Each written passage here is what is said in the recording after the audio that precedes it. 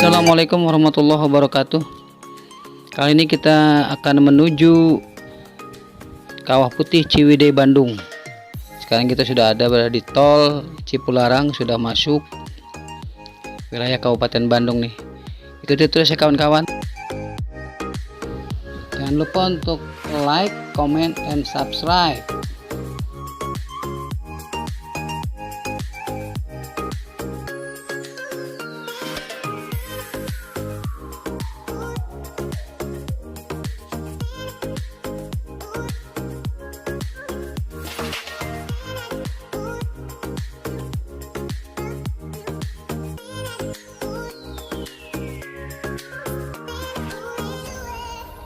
Alhamdulillah teman-teman, sudah memasuki wilayah Ciwidey. Sebentar lagi kita akan sampai di lokasi. Ikuti terus teman-teman. Jelang loket penjualan tiket, kita dicek masker dan suhu teman-teman.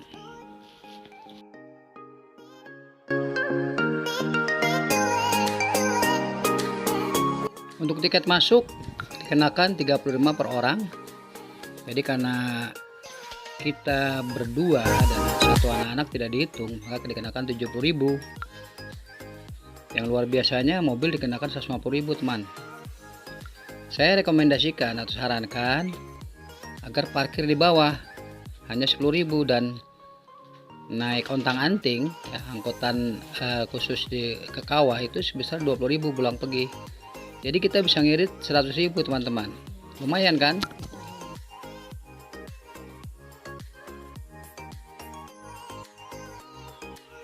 Itu ontang-anting teman-teman. Angkutan khusus Kawah Putih Ciwidey. Nah, itu hanya 20.000 per orang bolak-balik. Ayo ikuti terus teman-teman. Ini jalannya nanjak terus teman-teman untuk menuju Kawah Putih, kurang lebih 5 km. Dan kita semua kendaraan pribadi jalannya lambat dan pelan untuk hati-hati. Sementara ontang-anting karena dia terbiasa, kecepatannya cukup lumayan teman-teman. Ayo ikuti terus teman-teman.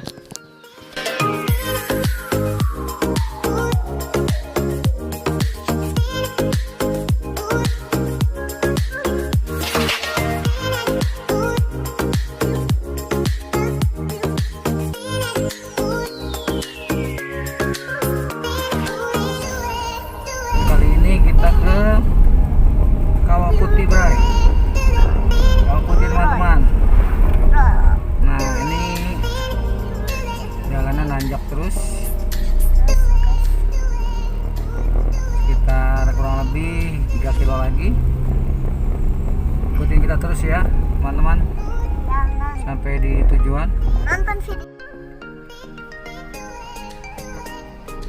Alhamdulillah teman-teman, kita sudah sampai parkiran, sudah ada di atas dan kita hanya butuh 100 meter untuk turun ke Kawah Putihnya teman-teman. Ayo kita ikutin terus teman-teman.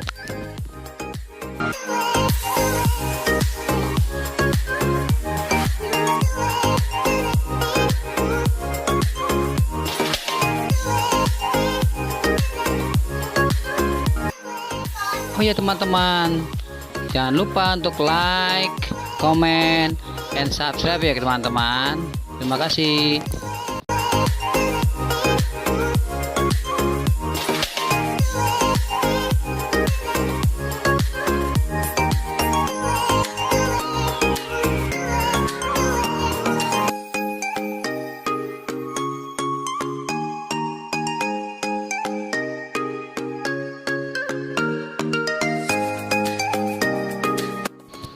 Sudah mulai ada penampakan Kawah Putihnya teman-teman.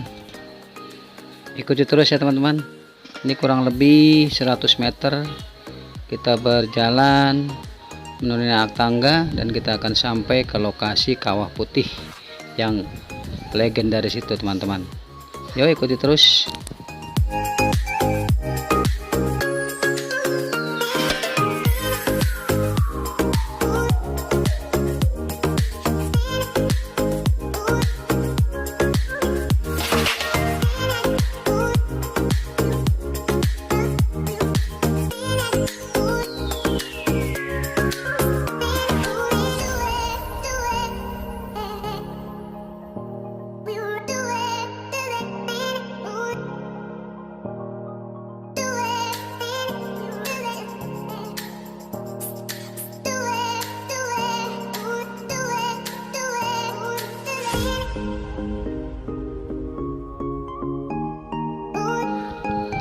teman-teman, Kawah Putih Ciwidey terkenal dengan warna airnya yang putih.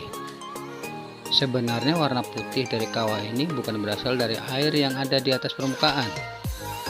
Namun warna putih pada kawah ini berasal dari unsur lain yang ada di dalam tanah yang kemudian bercampur dengan belerang.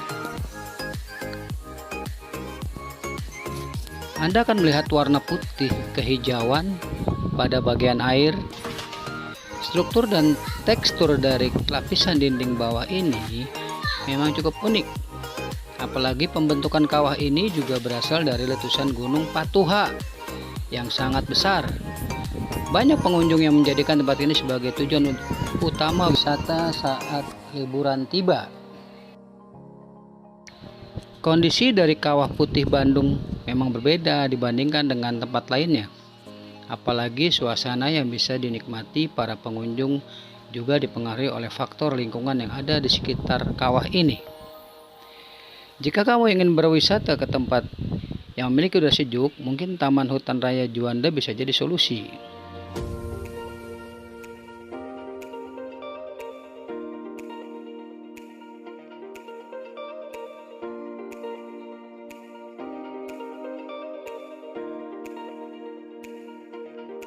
Ini ibu negara sedang tersenyum-senyum sendiri. Entah kenapa, mungkin dia sedang berbahagia karena melihat indahnya alam Kawah Putih Ciwidey Bandung. Baik teman-teman, kita lanjutkan. Pada waktu tertentu, warna dari air yang berada di permukaan kawah cenderung berubah. Hal ini disebabkan oleh kondisi dari cuaca, suhu udara hingga kadar belerang. Tentu saja ini menjadi momen yang sangat menarik bagi para pengunjung. Bila beruntung, para pengunjung wisatawan akan mendapatkan warna yang sangat eksotis dan menjadikan kawah ini sebagai background foto yang indah dan menarik. Kawah Putih Ciwidey berada di lahan yang cukup luas. Kondisi ini membuat pengelola harus membuat jalur khusus hingga ke bagian tengah dari kawah.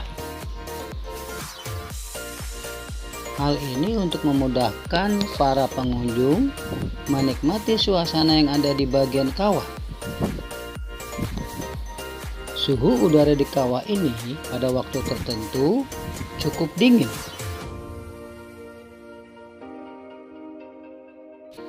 Ikuti terus ya teman-teman. Kita sekarang sedang menuju dermaga ponton, yaitu dermaga yang dibuat agar wisatawan bisa ke tengah-tengah kawah. Ikuti terus teman-teman ya. Pohon-pohon yang sudah mati menambah keindahan dan menambah eksotisnya Kawah Putih yang berada di Ciwidey Bandung ini. Tapi pohon ini akarnya masih kuat walaupun dia sudah mati.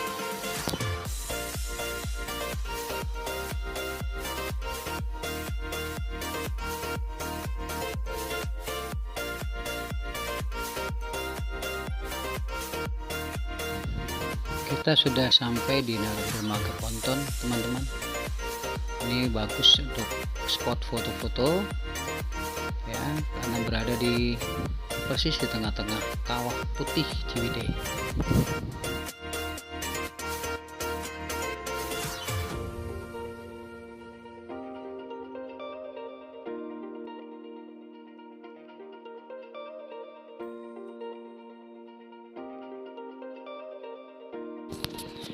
Kita lanjut lagi ya teman. Sejarah terbentuknya Kawah Putih itu adalah akibat letusan Gunung Patuha. Menurut sejarah, Kawah Putih terbentuk akibat dari letusan Gunung Patuha yang terjadi pada abad 10 dan 12. Letusan yang terjadi itu dianggap sangat dahsyat, sehingga memberikan pengaruh yang besar pada lingkungan sekitar dari dulu hingga kini. Gunung Patuha juga memiliki beberapa kawah akibat letusan itu. Namun, kawah yang cukup populer adalah Kawah Putih Bandung.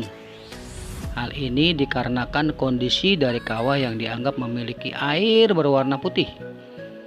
Padahal warna putih itu merupakan pantulan dari tanah dasar kawah yang bercampur dengan unsur tanah lain. Pada awal diketahui adanya kawah putih, masyarakat lokal tidak menganggap bahwa tempat itu memiliki potensi wisata yang besar.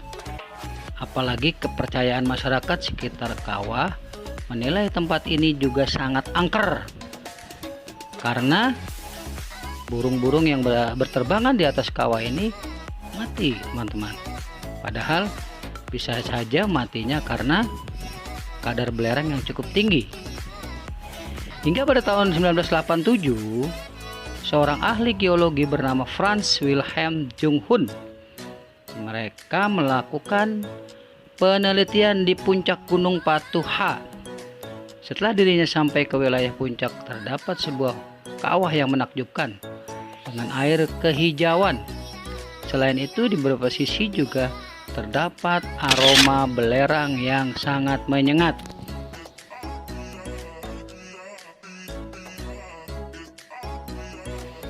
Kita lanjut lagi, teman-teman. Pemerintah Belanda menilai bahwa kawah ini memiliki potensi kapur yang sangat baik. Lalu dibangunlah sebuah pabrik kapur yang kemudian diberi julukan Zevel on Gining. Namun pabrik ini beralih ke pemilikannya ke pemerintah Jepang setelah Belanda tidak lagi berkuasa. Pada saat Indonesia merdeka, pemerintah sadar akan potensi wisata yang ada di lokasi ini. Makanya ada lubang-lubang bekas pabrik kapur, teman-teman. Hal ini yang membuat pemerintah mengelola dengan membangun berbagai fasilitas hingga jalur akses yang memadai. Kepercayaan masyarakat setempat mengungkapkan bahwa puncak gunung dari Patuha terdapat makam keramat dari para leluhur. Makam keramat itu berjumlah 7 orang yang masing-masing memiliki julukan Eyang. Para leluhur itu terdiri dari yang pertama adalah Eyang Jambrong, kemudian Eyang Baskom, Eyang Ngabai, Eyang Barabak, Eyang Camat, Eyang Jaga Satru, dan yang terakhir adalah Eyang Rangsasadana. Kepercayaan yang terus-menerus berkembang di masyarakat membuat sebagian dari warga juga sering melakukan ritual tertentu.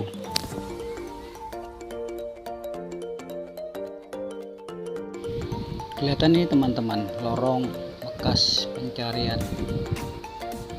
kapur pada saat pabrik kapur didirikan oleh Belanda.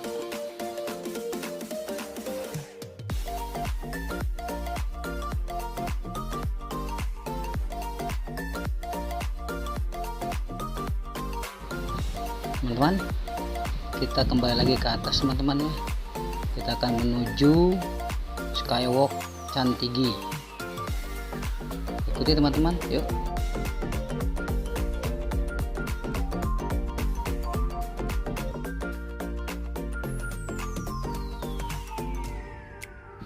Teman, kita akan masuk trek Skywalk Cantigi. Di sini ada beberapa spot ya, untuk foto viewpoint ya, ada 3. Nanti kita akan lihat bareng-bareng, ikuti ya, teman-teman.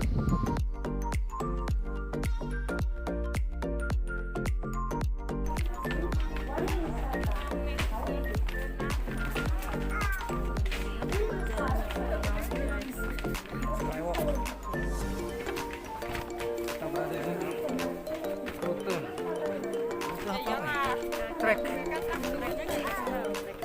Skywalk.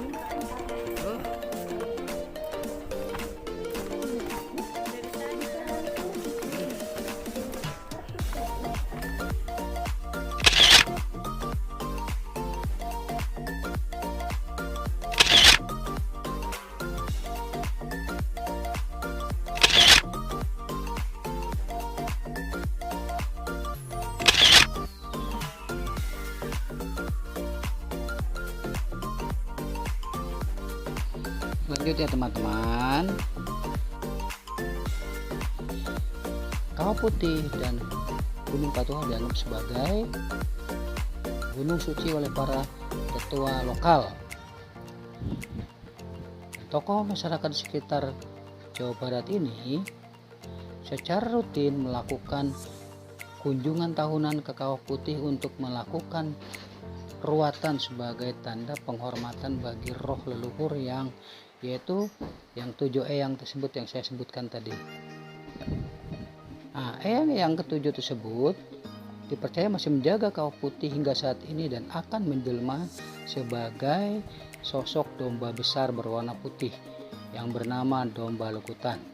Dan domba-domba ini menjaga kelestarian dan keutuhan alam ini. Demikian teman-teman. Jangan lupa teman-teman untuk like, comment, and subscribe. Terima kasih atas perhatiannya. Assalamualaikum warahmatullahi wabarakatuh.